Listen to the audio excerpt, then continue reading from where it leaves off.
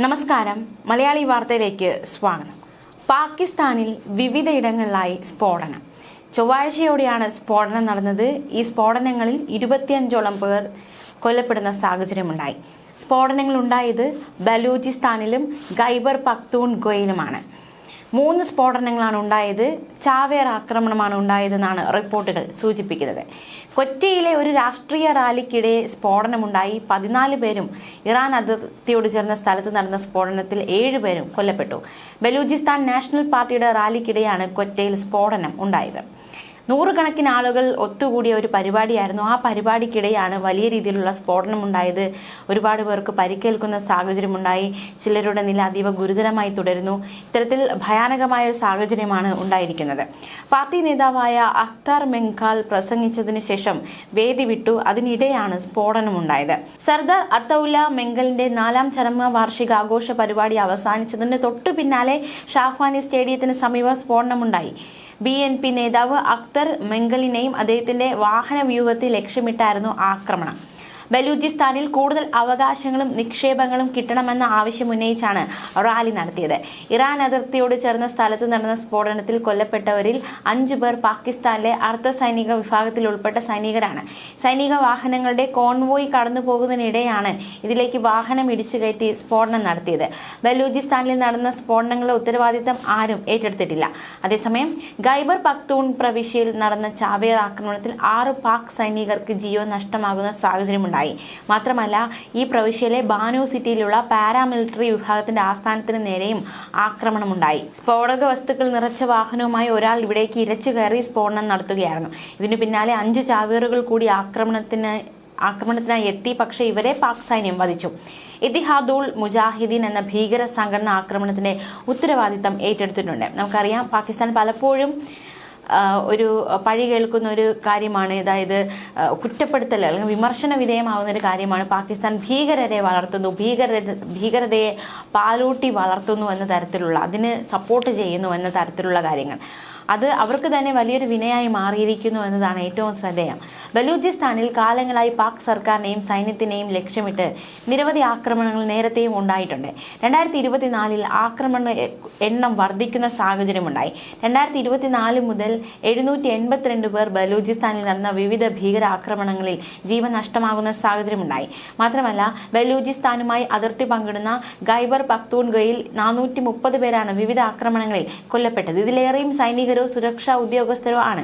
എന്തായാലും നിലവിൽ സ്ഫോടനമുണ്ടായ സ്ഥലത്ത് സുരക്ഷാ സേന ഉടൻ തന്നെ പ്രദേശം വളഞ്ഞു.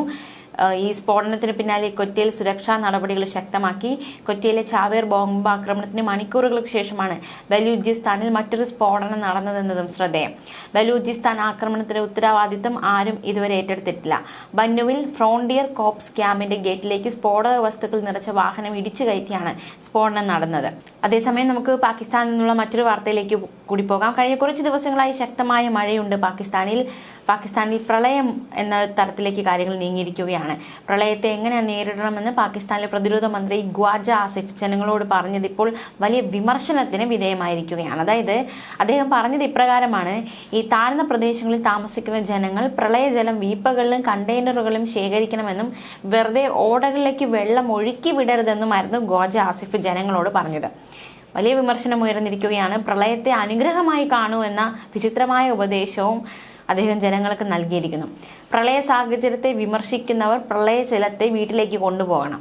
വീടുകളിലെ ടപ്പുകളിലും പാത്രങ്ങളിലും വെള്ളം സൂക്ഷിക്കണം. ഈ പ്രളയജലത്തെ ഒരു അനുഗ്രഹമായി നാം കാണണം. അതിനാൽ അത് വീട്ടിൽ ശേഖരിക്കണമെന്നായിരുന്നു ഖ്വാജ ആസിഫ് പറഞ്ഞത്. 10 മുതൽ 15 കൊല്ലം നീണ്ടു നിൽക്കുന്ന മെഗാ പ്രോജക്റ്റുകളേക്കാൾ ജലം സംഭരിക്കുന്നതിന് പെട്ടെന്ന് നിർമ്മിക്കാവുന്ന ചെറു അണക്കെട്ടുകളാണ് പാകിസ്ഥാനിൽ വേണ്ടതെന്നുമായിരുന്നു ഖ്വാജ ആസിഫിന്റെ അഭിപ്രായം. ഇത് വളരെ വേഗം സമൂഹ മാധ്യമങ്ങളിൽ വൈറലായി. മാത്രമല്ല, ഖ്വാജ ആസിഫിനെ അതിരൂക്ഷമായി വിമർശിക്കുകയാണ് ഇവരും. 24 ലക്ഷം പേർക്കാണ് പാകിസ്ഥാനിൽ പ്രളയം കാരണം ദുരിതം നേരിടേണ്ടി വന്നത്. അതിൽ 20 ലക്ഷവും പഞ്ചാബ് പ്രവിശ്യയിലാണ്. ജൂൺ 26 മുതൽ ഓഗസ്റ്റ് 31 വരെ 854 പേർക്കാണ് ജീവൻ നഷ്ടമായത്. മഴ 2 ദിവസം കൂടി പഞ്ചാബ് പ്രവിശ്യയിൽ തുടരുമെന്നാണ് NDMA അറിയിക്കുന്നത്. അതേസമയം പാകിസ്ഥാനുമായുള്ള അടുത്ത ബന്ധം കാരണം ഇന്ത്യ ആഗോള വേദികളിൽ പ്രതികാര നടപടികൾ സ്വീകരിക്കുന്നുവെന്ന ആരോപണവുമായി അസർബൈജാൻ രംഗത്ത് വന്നു. ഷാങ്ങായ് സഹകരണ സംഘടനയിൽ പൂർണ്ണ അംഗത്വത്തിനുള്ള അസർബൈജാന്റെ ശ്രമങ്ങളെ ഇന്ത്യ തടുത്തുവെന്നാണ് ആരോപണം. ഇന്ത്യ ബഹുരാഷ്ട്ര നയതന്ത്ര തത്വങ്ങൾ ലംഘിക്കുകയാണെന്നും ഓപ്പറേഷൻ സിന്ദൂറിന്റെ പാകിസ്ഥാനെ പിന്തുണച്ചതിന് പ്രതികാരമായാണ് ഇന്ത്യ ഇത്തരം നടപടികൾ പ്രതികാരമായി കൈക്കൊള്ളുന്നതെന്നും അസർബൈജാൻ ആരോപിച്ചു. ചൈനയിലെ തിയാൻജിൻ നഗരത്തിൽ പാകിസ്ഥാൻ പ്രധാനമന്ത്രി ഷെഹ്ബാസ് ഷെരീഫുമായി നടത്തിയ കൂടിക്കാഴ്ചയിൽ അസർബൈജാൻ പ്രസിഡന്റ് ഇൽഹാം അലിയേവ് ഈ വർഷം ആദ്യം നടന്ന സൈനിക സംഘർഷത്തിൽ പാകിസ്ഥാനെ അഭിനന്ദിച്ചിരുന്നു. ഇന്ത്യയുടെ നടപടികൾക്കിടയിലും പാകിസ്ഥാനുമായുള്ള സാഹോദര്യ ബന്ധത്തിന് കൂടുതൽ മുൻഗണന നൽകുമെന്നായിരുന്നു അലിയേവിന്റെ അവകാശവാദം. അസർബൈജാനും പാകിസ്ഥാനും തമ്മിലുള്ള ബന്ധം രാഷ്ട്രീയ, സാംസ്കാരിക, തന്ത്രപരമായ തലങ്ങളിൽ ആഴത്തിൽ വേരൂന്നിയതാണെന്നും അലിയേവ് വ്യക്തമാക്കി. അസർബൈജാൻ പാകിസ്ഥാൻ അന്തർ ഗവൺമെന്റൽ കമ്മീഷന്റെ ഭാഗമായി വ്യാപാരവും സാമ്പത്തിക സഹകരണവും വർദ്ധിപ്പിക്കുന്നതിനെക്കുറിച്ചും അദ്ദേഹം ഷെരീഫുമായി ചർച്ച ചെയ്തു. പഹൽഗാം ഭീകരാക്രമണത്തിന് ശേഷം പാകിസ്ഥാനിലെ പാക് അധിനിവേശ കശ്മീരിലെയും ഭീകരവാദ കേന്ദ്രങ്ങളിൽ ലക്ഷ്യമിട്ട് ഇന്ത്യ നടത്തിയ സൈനിക നടപടിയായ ഓപ്പറേഷൻ സിന്ദൂറിനെ പിന്തുണച്ചതിനാണ് ഇന്ത്യ SCOയിൽ അസർബൈജാന്റെ പൂർണ്ണ അംഗത്വം തടഞ്ഞതെന്നാണ് ആരോപണം. അതേസമയം ഇന്ത്യ ഒരു ആഡംബര മെഴ്സിഡസിനോടും പാകിസ്ഥാനെ ചരൽ നിറച്ച ഡംപ് ട്രക്കിനോട് ഉപമിച്ച് അസം മുനീറിനെതിരെ സോഷ്യൽ മീഡിയയിൽ രൂക്ഷ വിമർശനം ഉയർന്നിരുന്നു.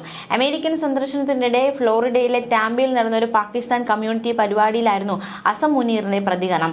ഹൈവേയിലൂടെ വരുന്ന ഫെരാരിയെ പോലെ ഇന്ത്യ തിളങ്ങുന്ന ഒരു മെഴ്സിഡസ് ആണ്, പക്ഷെ നമ്മൾ ചരൽ നിറഞ്ഞ ഒരു ഡംപ് ട്രക്കാണ്. ട്രക്ക് കാറിൽ ഇടിച്ചാൽ ആർക്കാണ് നഷ്ടം എന്നായിരുന്നു മുനീറിന്റെ പ്രതികരണം. വലിയ രീതിയിലുള്ള സോഷ്യൽ മീഡിയ വിമർശനത്തിലേക്ക് അസം മുനീറിന്റെ ഈ പ്രസ്താവനകൾ വഴിവെച്ചിരുന്നു. പാകിസ്ഥാന്റെ ഉപയോഗിക്കാത്ത എണ്ണ ധാതു വിഭവങ്ങളെക്കുറിച്ച് വീമ്പളയ്ക്കുന്നതിനിടയിലായിരുന്നു മുനീറിന്റെ പരാമർശം. പാകിസ്ഥാൻ ആണവ രാഷ്ട്രമാണ്. പാകിസ്ഥാൻ തകർന്നാൽ ലോകത്തിന്റെ പകുതി ഭാഗത്തെ ഞങ്ങൾ കൂടെ കൊണ്ടുപോകുമെന്നാണ് അസം മുനീറിന്റെ അവകാശവാദം. തങ്ങളുടെ നിലനിൽപ്പിനെ ബാധിക്കുകയാണെങ്കിൽ ഇന്ത്യയെ ആണവ യുദ്ധത്തിലേക്ക് തള്ളിവിടാനും മടിക്കില്ല എന്നും പരിപാടിക്കിടെ അസം മുനീർ പറഞ്ഞു. പക്ഷേ ഇന്ത്യയെ മെഴ്സിഡസിനോടും പാകിസ്ഥാനെ ഡംപ് ട്രക്കിനോട് ഉപമിച്ച പരാമർശം സോഷ്യൽ മീഡിയയിൽ വലിയ രീതിയിലുള്ള ഒരു ട്രോൾ എന്ന രീതിയിലേക്ക് കാര്യങ്ങൾ നയിച്ചിരുന്നു. ന്യൂസ് ഡെസ്ക് മലയാളി വാർത്ത.